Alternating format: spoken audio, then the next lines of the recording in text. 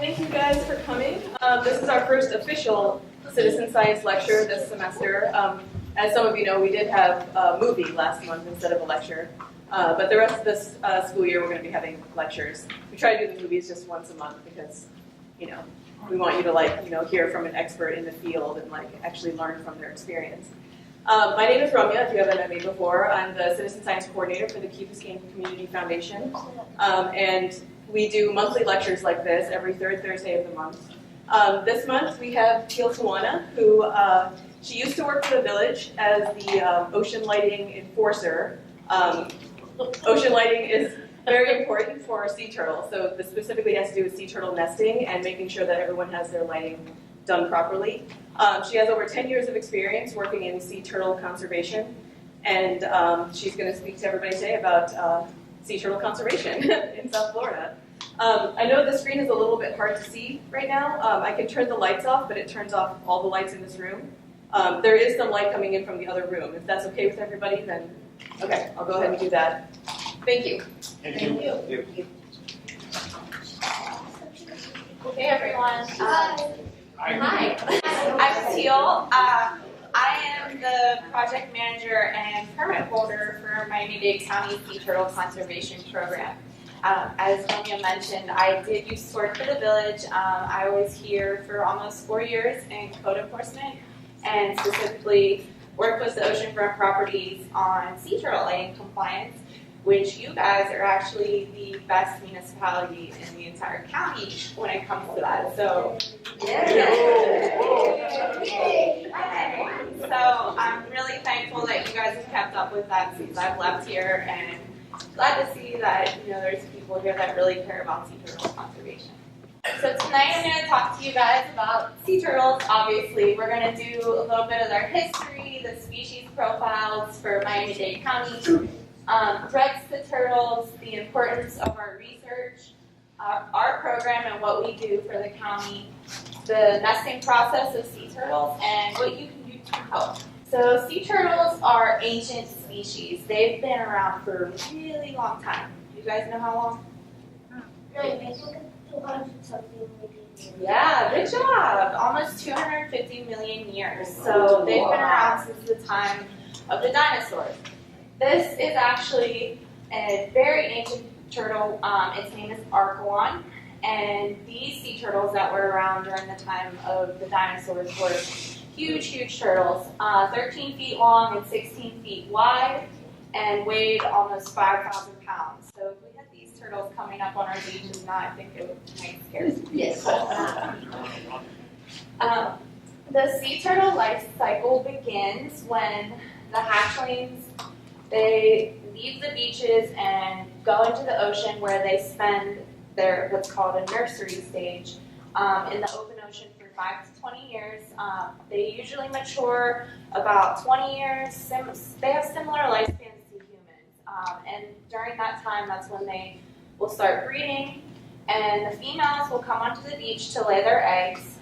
They lay several nests per season, and there's about 90 to 120 eggs per nest. That's just an average. Sometimes there's a lot more, sometimes there's a little less than that. The eggs take about 50 to 80 days to hatch depending on the species, and then when those hatchlings emerge from the nest, they make their way to the water, and then the whole cycle starts all over again. So does anyone know how many species of sea turtles there are worldwide? Judd, you don't know? +2. So there's 7 species of sea turtles worldwide. And here in South Florida, we are lucky to have 5 of these species actually inhabiting our waters. 3 of them are common nesters here, and that is the loggerhead sea turtle, the green sea turtle, and the leatherback sea turtle. The loggerhead is our most common nester. That's what pretty much all of the nests in Key Biscayne are. We don't really get other turtles here besides the loggerheads. They begin nesting here about mid-April and can continue until about early September. This year they stopped about mid-August, and then after the hurricane we didn't have much going on after that. These sea turtles are about 200 to 400 pounds, and their adult diet preference is shellfish and other crustaceans. Do you have a question? No, aren't loggerhead sea turtles the only turtles that aren't allowed to put their head fully into their shell? Well, that's all sea turtles, so he makes a good point.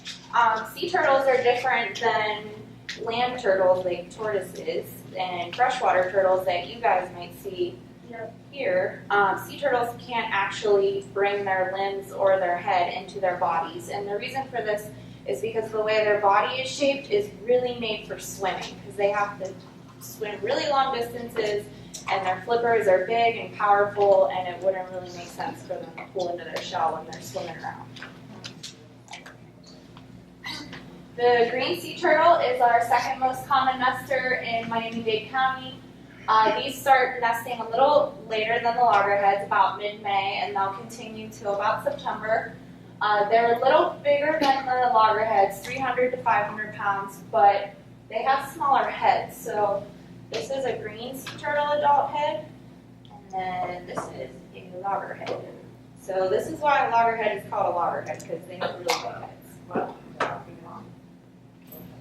the adult diet preference for green sea turtles is seagrasses and algae, and this is kind of how they get their name. They can't digest the chlorophyll from the seagrasses or the algae, and actually can turn their body fat green, despite their color on the outside not being green. And we call these girls our large and in charge turtles, because when they come onto the beach, it kind of looks like a bomb went off. So their nests, they have such strong, powerful flippers that their nests, when they're creating their nests to camouflage it, they make such a big body pit that we can literally stand in it, and it's up to here.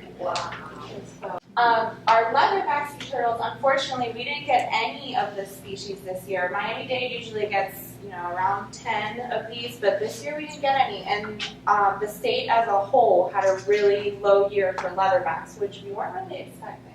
So we'll see how the rest of the state did when season ends. But these typically nest towards the beginning of season.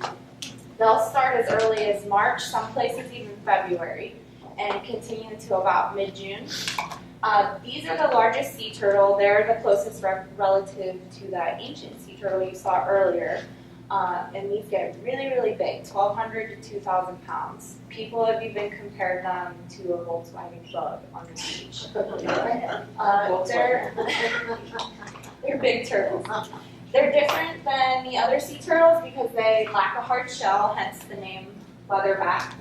And they're also having a diet preference of mainly jellyfish. So this huge turtle really only eats jellyfish to get and stay this big. And they can do this, it's kind of hard to see in this picture, but they have, it's called papillae, lining their mouth and the whole way down their esophagus. And it's tooth-like projections that help them to tear up the jellyfish as they're swallowing it. When they bite, doesn't it like hurt their tongue? No, that's just how they're adapted, so they're used to it. So remember I mentioned there was 5 sea turtles that we have here in South Florida waters. These are the other 2, the hawksbill and the Kemp's Ridley. But we really don't see these 2 nesting on our beaches very often. We are finding them to nest more commonly in areas on the west coast and then in northern Florida too. But in Miami-Dade County, we haven't had any evidence of these ones nesting yet.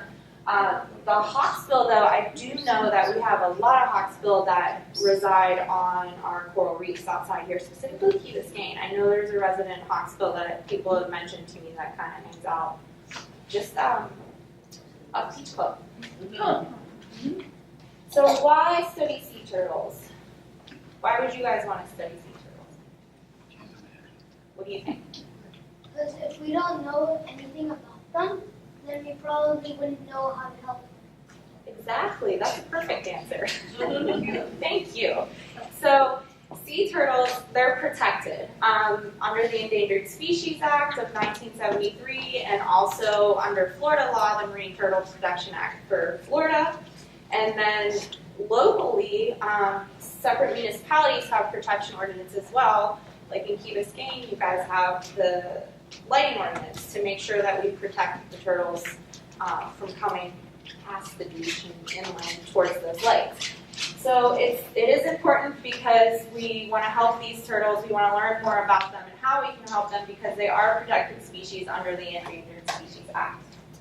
Sea turtles became endangered in less than 200 years. They were brought to the brink of extinction. So that is why they became protected under the Endangered Species Act in 1973 because for so many years they were hunted for meat, for their eggs, and also their shells were used for jewelry, hawksbills especially. That's a real pretty hawksbill shell.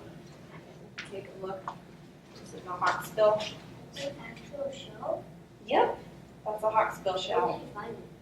So sometimes we get sea turtles that wash in that have passed away, and we respond to those calls, and sometimes we get to keep parts of the turtle for education so you guys can see them. But you can come up and check it out later. So that's something that was used for jewelry, wall hangings, and also today there's still lots of threats that affect the sea turtles, and most of these are human induced. So these are things that we could change ourselves over time to help the turtles out. Pollution in the form of trash, six-pack rings, plastic bags, fishing line, balloons, chemicals and oil, all of these type of things in the ocean environment not only are going to hurt turtles, but they're also going to help or hurt our other marine life as well. Something that we've noticed in more polluted waters is fibropapillomavirus, and they haven't officially said there is a connection between pollution and the virus, but it is something we do see often. These two turtles, they had the virus, so you can see they're covered in the tumors. And what happens is that virus causes either external or internal tumors in the turtle. If you catch it early enough, you can have them surgically removed and the turtle can be released. So these two actually, that's what happened. We found them, some people called it in, we responded, we were able to get the turtle to a facility where they were rehabilitated for about 6 months, and then they brought them back and we let them go in bill bags. So those two actually survived, which is a nice story. Does that virus only go to sea turtles? Yeah, that's just a sea turtle virus, so we couldn't get it. Oh my god. Also, fishing nets can cause drowning in sea turtles. Sea turtles are not like fish. They have to come to the surface to breathe. So if they get caught up in a net underwater, they can drown. One of the solutions to that is this. It is called a turtle excluder device, or for short we call them TEDs. And what it is a trap door in these huge nets that fishermen use to catch shrimp and fish that we eat. It allows the fishermen to still catch those types of fish or other crustaceans like the shrimp, lobster, and still letting the turtle escape on its own so that it won't drown. Poaching is also something that has been an issue for turtles. So poaching is when sea turtles are hunted for their shells, their food, their actual meat of the turtle, and their eggs. Or they'll use parts of the turtle for oil or leather. We don't really see cases of this too much in Miami-Dade anymore, but it has happened in the past. That picture on the bottom is actually Key Biscayne. So, and that was people harvesting turtles for their meat. In other countries, this still happens a lot because there's not as strict laws protecting them as we have here. So that's something that we're trying to work with on other conservation groups to help change. What's the top left photo? Shells. Dead shells. Yeah. Dead shells. Okay. Yeah. Oh, just shells like that. Predation is another issue for sea turtles. On land, there's animals such as raccoons, foxes, crabs, even fire ants can get into these nests and hurt the turtles. So one of our biggest predation issues is raccoons, specifically in the preserve area of Crandon Park. So one of the solutions that we've been trying with the raccoons is to use screens over top of the nest to protect the turtle eggs so the raccoons can't dig down in there, but sometimes these raccoons are pretty crafty and they get it off anyway. That fox picture of Biscayne. No, that's in Hillsborough. Hillsborough Beach, which is in northern Broward County, they have a fox issue. So no foxes here. We really just see raccoon predation. But also when the turtles get into the water, they're so tiny that pretty much anything that's bigger than them in the ocean sees the little baby turtles as a nice snack. When the turtles get bigger, then they become predated by animals like sharks. Go ahead. What's the little bug thing there? It's a type of, It's like a stick. so sometimes different bugs get into the nest and they can affect the eggs and burrow in and break them, or when they're starting to hatch, then they affect the hatchlings coming out too. Boat traffic is another common issue we see here with these sea turtles, specifically during nesting season because we have so many mothers coming in from offshore to nest, so they kind of hang out there, and sometimes when people are boating, they don't see the turtles and they'll end up hitting them. So a lot of strandings that we respond to are from boat strikes. And then a lot of things to do with coastal development, like piers and rock jetties, beach furniture, beach erosion, and then of course with all the buildings that we have on the beach, there's also light pollution. So just to give you guys an idea of what Key Biscayne looked like before we had any development here, this was Key Biscayne in 1950, and then this is Key Biscayne in 2000. So you can see how different it is, and some of those turtles could still be alive and coming back to this beach every year to lay her eggs, and they see a totally different beach from what they saw 50 years ago. So light pollution is basically just misdirected or misused artificial light created by people. So any light that's going to shine into the environment that isn't natural is considered light pollution in some type of form. Just to give you guys an idea of how bright Miami-Dade is, this is United States satellite image, and that's Florida. Here is Key Biscayne, and this is Miami-Dade. So out of the entire state, we're one of the brightest areas, which isn't exactly good for sea turtles. So how does it affect these turtles? For the nesting mothers, they may return to the ocean without ever laying their eggs. So we have evidence of sea turtles picking darker beaches to lay their eggs. They don't typically like areas where there's a lot of lights because it scares them away. And also, she does end up choosing to nest on a really well-lit beach because maybe she's just so tired from trying so many times and she can't find a good spot. She might spend extra energy walking around on the beach because she gets confused by all these lights and unable to find the ocean. So for our hatchlings, they kind of take the spotlight on our lighting problems because the hatchlings may crawl away from the ocean towards the lights, and then they end up in streets, yards, people's buildings. We've been pulling them out of sewers this summer. They've walked onto A1A. They go all over the place, and it's really sad for them. So they also, even if they do find their way to the ocean, they may become more susceptible to predators, dehydration, exhaustion. So when that sun starts coming up in the morning and they're still walking around lost because they haven't been able to find the ocean, they could dehydrate and ultimately die, which is something we don't want to see.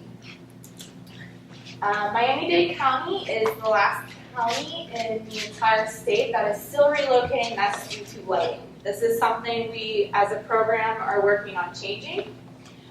So we're working on compliance with code enforcement from the different municipalities to help teach them better lighting practices and talk to them about how they can kind of enforce the lighting ordinances that they have and educate the properties on better ways. We're looking for voluntary compliance first. We really want to give people the opportunity to learn more about the lighting, to learn more about the turtles, and then go from there. Lighting ordinances are actually a requirement for beach renourishment projects, which in Key Biscayne, that is why you guys had to get one, because when you did your beach renourishment project 5 years ago, because you just recently redid it again, the requirement was that you had to have a lighting ordinance and enforcing it in order to get the beach renourished. In other places, their ordinances are a little older and they're weak, so that causes them to lack enforcement because they don't really have a strong ordinance to enforce and to tell people what they can and can't do with the lighting. So that's actually something we're working with on municipalities as well. Bal Harbor is already taking a new reading of their ordinance next week to council, and they use Key Biscayne as a model. So that was exciting. The good news is with the lighting, it's something that's actually really easy to fix. Even small changes are going to help. And several areas already have sea turtle safe lighting, or they're making plans to get some. Like I mentioned, we're working with municipalities and we're also working with FWC. They're aware of the issues that we have in other parts of the county with really bad lighting. Our goal is to shrink the areas where we're relocating nests and to get properties into more compliance so that we're leaving more nests in place and having to be less invasive to those nests. Some rules for sea turtle safe lighting that we kind of follow. Easy to remember, keep it low, keep it shielded, and keep it long. So keeping it low means to use a low mounting height and a low bulb wattage. Floodlights, spotlights, and pole lighting are all highly discouraged. You want to use things like bollards that's up there in the corner. Low level because that's going to have less of a chance of shining off the beach and be more blocked by the dune. To keep it shielded, you want to use full cutoff fixtures that direct the light down to the ground, like in this picture here. So you can't see the bulb or the glowing lens. So usually if you can see that lens hanging from the bottom of the fixture, the turtles can see that too, and they're going to go right for it. Keep it long means using long wavelength lights. So did you guys learn what Roy G. Biv is yet? Yes. Yeah. Yes. So that's also part of the light spectrum. So in the Roy G. Biv, turtles can't see the Roy part as well. So red, orange, yellow light is less disruptive to sea turtles, whereas the green, blue, indigo, violet, that's more disruptive. White light actually has all the colors of the spectrum. So that's why white light is also disruptive to sea turtles, because it has that purple, blue, and green. Go ahead. If you put like the biggest light next to the water, won't they follow it and go to the ocean? Yep, but that's not what we want to do. So what we want them to do is to keep everything as natural as possible so that they follow the natural light of the night sky over the ocean and go into the water that way. If you were to put a light out there, then they all would hang out around that light and wouldn't move. So, and then that would cause more problems. More fish would come and eat them. So that's why we like to leave it natural. Key Biscayne looks great. So you guys are doing a good job. In our program, we are a division of Eco Adventures for the Miami-Dade County Parks, Recreation, and Open Spaces Department. We conduct daily nesting surveys officially from May 1st to October 31st, but sometimes we start a little earlier because some of those turtles, as I mentioned, come earlier than May 1st. And we also go a little later, which is probably going to happen this year because we're going to have some nests incubating into November. We work under a state-issued Florida Fish and Wildlife Conservation Commission permit. So to work with sea turtles, you have to be on this permit. I am the permit holder, and then there's about 14 staff that I had working under me this year on the permit. So those are really the only people in the county that are allowed to do this work with the sea turtles for the nesting surveys that we conduct. And then all of the scientific data collection that we do out there on the beaches is for Miami-Dade County, also the state of Florida, and even federal agencies. And we also have several graduate student projects going on within the program as well. 2 of them are actually looking at lighting studies, which is cool because that's going to help us with the lighting compliance for the future. A day in the life of a sea turtle surveyor. So what we do, we get up a half hour, no, actually, I'm lying. We get up earlier than that. We have to be at the beach an hour before sunrise, and then we start survey half hour before sunrise. So we're out there really, really early in the morning looking for sea turtle tracks. What time? Well, it changes throughout the summer. So, 6:30. yeah. Right now, we start at 6:50 because it's getting a little later, but like the bulk of the summer, we were getting there at 5:30. So really early. When we do find a sea turtle track, we stop and we determine if she either nested or she didn't. If she didn't nest, we call that a false crawl, which is what you're looking at here. So we still record data on this, and that information has to be turned into the state because they want to know how many times these turtles are coming onto the beach but not nesting too. When we find nests, we obviously are going to mark these ones off. So you guys have probably seen on the beach the markers. Yeah. So this is actually 2 nests right next to each other. You can see on the mom nest, she camouflages that area really well where her eggs are and makes a nice big mound. And then we go ahead and we mark off the whole area where she moved sand around, and we monitor it for the entire time until it hatches. We also respond to sea turtle stranding. So that picture you saw earlier with the turtle with the tumor on its eyes, that's that turtle, that is Grover. And we'll transport live ones to rehab facilities, and we also respond to dead ones as well because that information is important to the state too because they want to know maybe how that turtle died. We participate in outreach events and presentations like this to help educate the public on our turtles. Were those masks the same as those? Probably. We have a lot, but I'm sure they were kind of some of the same ones. And then, as I mentioned, we relocate some of the nests. In Miami-Dade County, we're doing that still for areas where there's bad lighting, but also we have to do it for renourishment projects. So this is actually Biscayne in front of Mar Azul. Because for your beach renourishment project, any nests that you guys had in the area, we had to move to Crane Park so that they weren't affected by the renourishment project. And then, of course, after those eggs incubate in the sand and they hatch, we excavate the nests and we remove any live hatchlings that are in there, and we release them later that night if they're healthy and ready to go. Go ahead. So on the other picture, why was there like 2 different, like 2 that had the stripes and? Oh, so those are different species. So in that bucket, you guys can come up here and look later too. We have all 3 species, but in this bucket, you've got a leatherback with the stripes, and then that one in the middle is a green hatchling, and then the rest of these ones are loggerheads.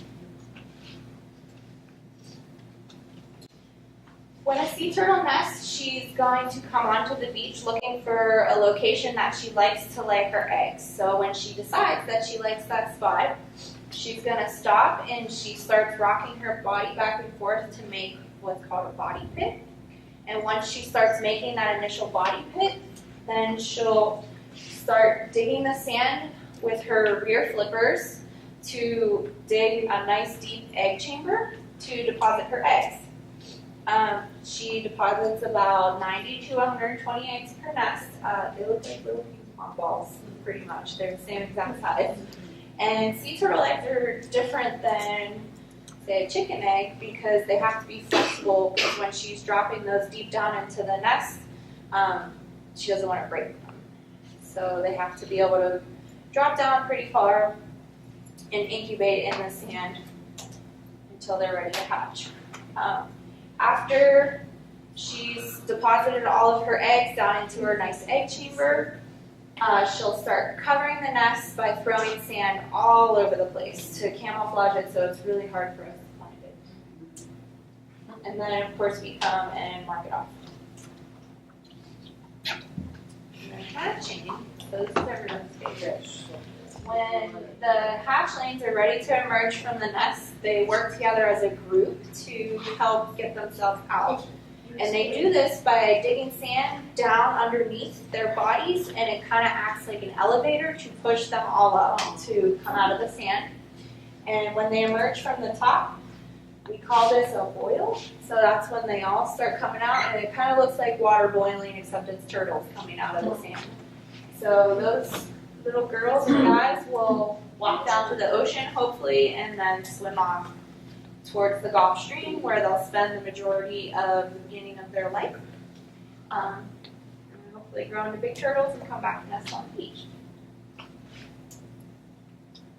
So here's an example of an excellent hatching. This is all the traps going straight to the water. So all these lines are little sea turtle traps. So that was actually on a dark beach.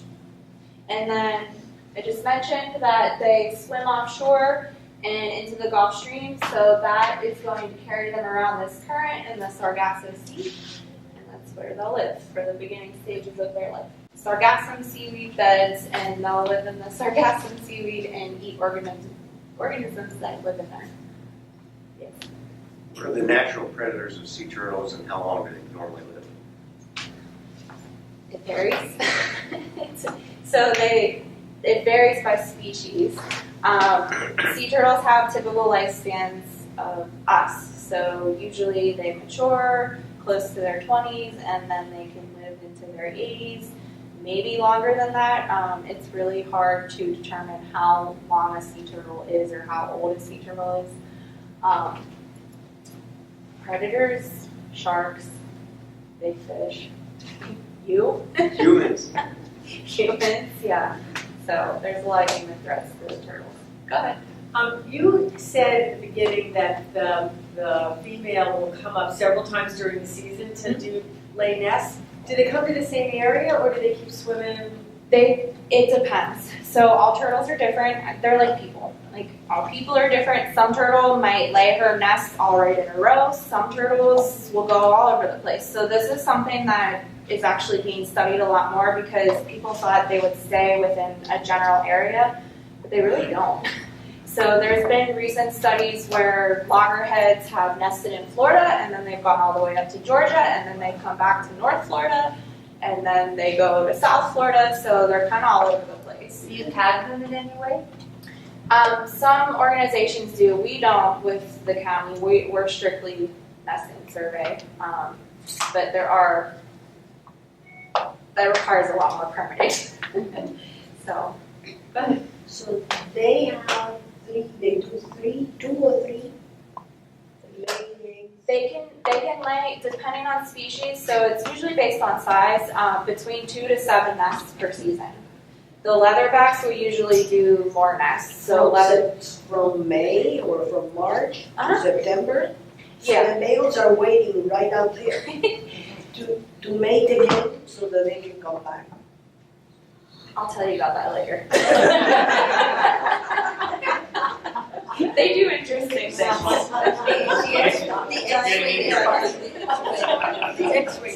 ahead. So how many disoriented hatchlings do we have here on the key, and what about Miami Beach and the rest of Miami-Dade County? Key Biscayne had our least amount of disorientations for the entire county, which is really good for you guys because you had someone here to enforce lighting regulations. Who was that? Wow. The number, how many percent? More or less, for the county as a whole, it's definitely over 50%. We had Key Biscayne, you guys only had maybe less than 10. I don't even think that. And even if you had them, they're very minor disorientations. I think a few were actually where the turtles walked north towards the sky glow of Miami over Crandon Park. So you know how you stand out on the beach, if you look north, you'll see the sky glow. So a lot of the sea turtles will still walk towards that and then eventually turn. The other ones we had that were kind of minor, I think were due to some special events where people had lights on for the events. Because they happen usually on a Friday or Saturday night. Like, what's that go to? That's me. What do you do? So that is an excavation of a nest. And we excavate the nest after they hatch. So 3 days after the hatchlings emerge from the nest, then we'll go in and dig up all the contents and we count everything inside. So we're looking for these hatched eggshells and we'll count all those. We rescue any live hatchlings that are stuck in there, but we also count. Are you digging? Yeah, just digging. Sometimes they're really, really deep. That one was a leatherback, so that was really deep. That's why I'm all the way down there. What percentage? How, what is the percentage of the eggs that hatch?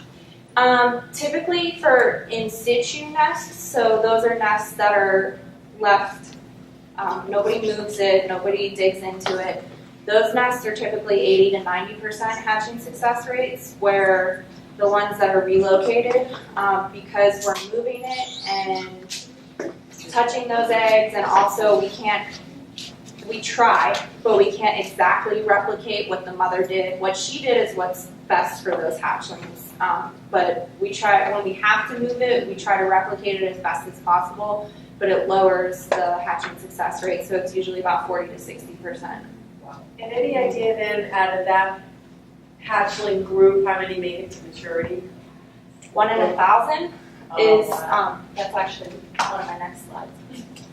So typically, it's thought that only 1 in 1,000 hatchlings, these are the ones that actually make it to the water. So only 1 in 1,000 of the ones that make it to the water survive to adulthood. I've heard even less now. People are saying 1 in 10,000.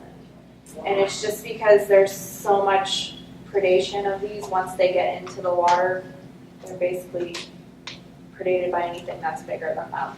But that's also why it's so important that we do what we do and try and help them get as many hatchlings to the water so that they have better chances. Go ahead. I noticed a couple of those pictures look like they were taken in the daytime. Do they ever come ashore in the daytime? Not typically.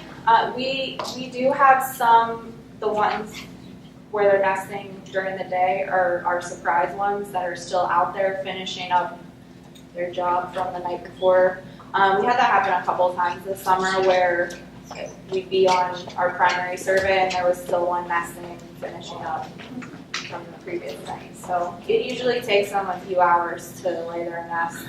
They're extremely heavy. You can imagine dragging yourself on the beach by your forearms. That's basically what they're doing. So it takes them some time. Go ahead. And how do you know in what type of turtle dug up the nest?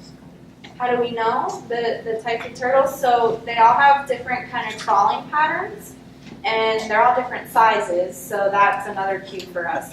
But loggerheads, when they crawl into the beach, they alternate. So they kind of crawl like babies, where greens and leatherbacks, they crawl parallel. So their tracks look different. And then the leatherbacks, they're huge. Like, if you can't stand across the track, you know it's a leatherback. And the greens, whenever I told you, remember I said it looks like a bomb went off on the beach? That's how we know it's a green sea turtle, too. So some ways that you guys can help with the sea turtles is to not litter, keep your beaches and waterways clean, use reusable bags and recycle. Do not disturb nesting mothers, their nests, eggs, or hatchlings. So we want all these turtles to have the best chance that they can to make it to the water. So the less that we get involved in that, the better it is. So we try and keep everything natural for them. Minimize beach lighting. Write to officials for turtle safe lighting. You guys have a great ordinance and you're doing really good here, so I'm not worried about you. Turn off exterior lighting where you can, and if you do live in oceanfront property, try to keep your curtains shut at night or use window tinting. Try not to keep lights near the windows because that's just gonna create less flow on the beach for these turtles. Stay alert when boating, and one of the best things you can do is to raise awareness and educate others about what you learn about these sea turtles and spread the word and help people understand that we are a really, really important nesting beach for these turtles. We get 90% of the loggerheads in the entire world.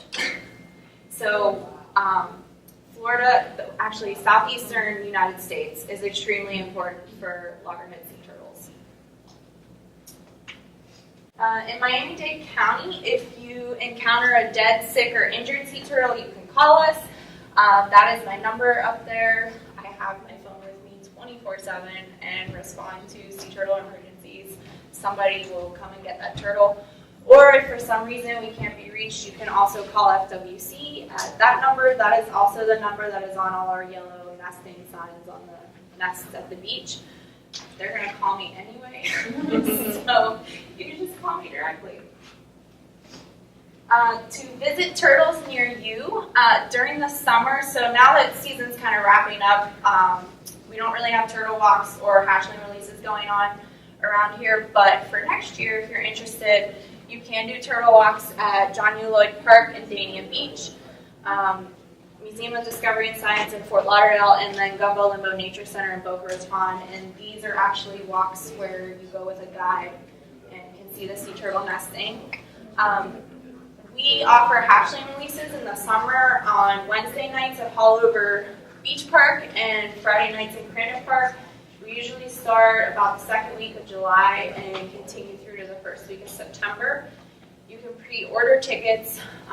There's always a link on our Facebook to go to that, but you can always call my number too to get more information on where to get the tickets for that because they sell out really quick.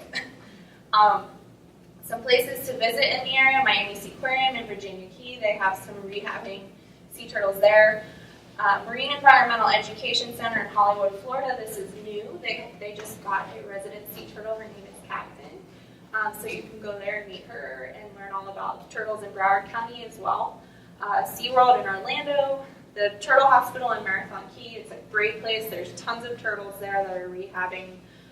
So that's a facility that's really, really important for our sea turtle conservation. We've taken a few turtles to them. And then also Moat Marine Lab in Sarasota. Me and him are going to the turtle hospital, but then since the hurricane came, we couldn't. Oh no, yeah. Well, they'll probably be opening up soon if they haven't already, so you can visit probably. Yeah. I'll probably do it another time. They're open year round. Cape Florida years ago used to have hatchings and turtle nesting. They don't do that anymore? I don't know if they're permitted to do that. We watched it there 3 times. Okay. So, but I guess you didn't list them, so I was just curious. I don't listen and tell me. Yeah, they don't do any public events. Oh, they don't do that anymore? We do ours at Crandon, through Nature Center. Yeah, Friday nights. We do that, and we might actually be increasing that for next season. You can follow us on Facebook and Instagram, and that's going to be the best place to get up-to-date information on what we're doing, how the turtles are doing, and any type of events that we have coming up. If you just type in Miami-Dade Sea Turtles on Facebook, will come up, and then Miami-Dade Sea Turtles on Instagram. So if you guys have any questions, I can Yes, take like them now. if you happen to look, lucky that you see some little turtles hatching, and they are like disoriented and not going towards the water, is it better to let them be or to actually take them to the water? The first thing you're going to want to do is call FWC. So that number that I had listed earlier, that's on the yellow nest sign. So if you see a disorientation happening, you're going to be right by that nest. You're going to want to call that number. Say you don't have a phone. Which is better, let them be or help them to Let the water? nature do it. I have to officially tell you that FWC needs to direct you what to do with those sea turtles. However, most of the time they're going to tell you to give you directions to put them in the water. Thankfully, you guys don't have too many here. But if you do have them, because we did for a special event this summer, the one I was talking about where I think, because it was like a Friday or Saturday night where the turtles disoriented, they ended up in a pool. Oh, no. If they end up in a pool, we have to take them to a rehab facility to be treated. I heard that if something like this happens, you should not take them directly to the water. You have to let them walk or crawl So a little bit so that it stays in here, in the radar, that they have to come back to catch. And it helps to strengthen their flippers too for getting into water. It's naturally they would do that walk on their own, so we try to give them a good distance when we're releasing them to go into the water. But again, if you pick any turtles up, you should call FWC and get further direction on what to do. You guys have anything else? Thank you. Oh, thank you.